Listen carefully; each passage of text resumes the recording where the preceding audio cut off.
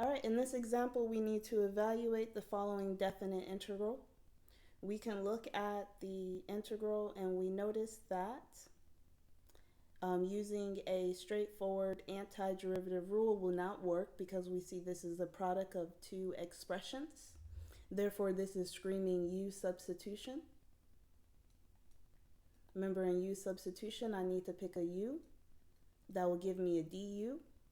The reason we do u-substitution is to rewrite the complicated integral to look more simplified. So let's go ahead and just pick some u's and see how it works out. So of course I'm going to pick the wrong u first. Let me pick u to be x squared. If I did this, my du would be 2x dx. That obviously doesn't help me with the 1 plus x to the third power or the squared up here. So I picked the wrong u. So let's fix it. Let's say I pick u to be, and again, let me just mess it up. Let me pick u to be x to the third power. Then my du is 3x squared dx. Well, I see the x squared dx, x squared dx. The only problem is when I replace this, I'm going to end up with a 1 plus u to the second power. There's no antiderivative rule for this. The antiderivative rule for the power rule is just a single variable raised to a power. This is an expression raised to a power, so we picked the wrong u again. You see, when we pick the wrong u, it's easy to use your eraser, fix it.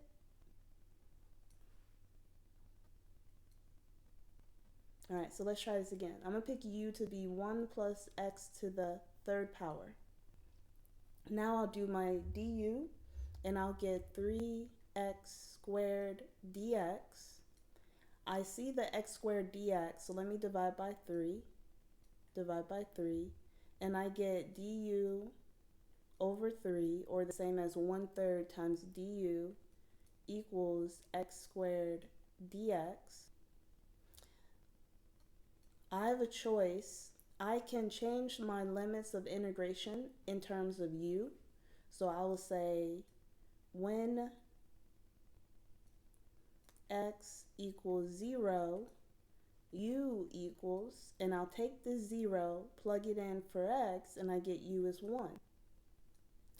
When x equals 1, u equals, so take the 1, plug it in for x, and I get u is 2. So I can change my limits of integration in terms of u.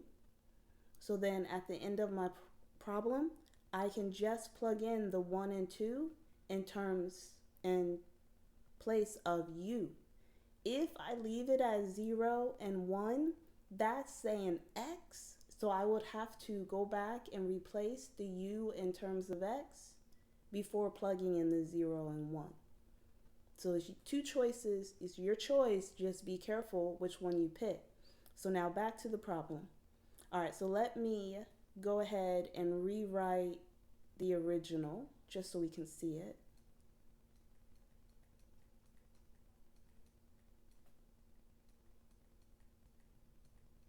All right, so I have 1 plus x to the third all squared times x squared dx. Notice all I did was rearrange it so you can see a little better.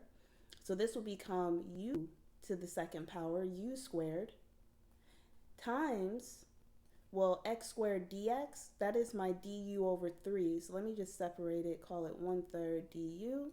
And of course, we're evaluating from 1 to 2 now. All right, let's clean this up.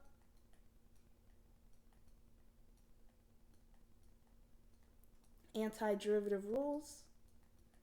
Add 1 to the power, divide by that new power. Evaluate from 1 to 2. So let's pause for a moment. Realize I can actually plug in the 1 and the 2 into u because I found these to be the limits of integration for u. If I would have left it as 0 and 1, I have to replace the u with the expression 1 plus x to the third before plugging in the 0 and the 1. So you'll make your choice. I like changing it So then I can just plug straight in. All right, so this is going to become 1/9 times 2 to the third power minus 1 to the third power. Remember, plug the 2 in first, then plug in the 1. All right, let's clean this up.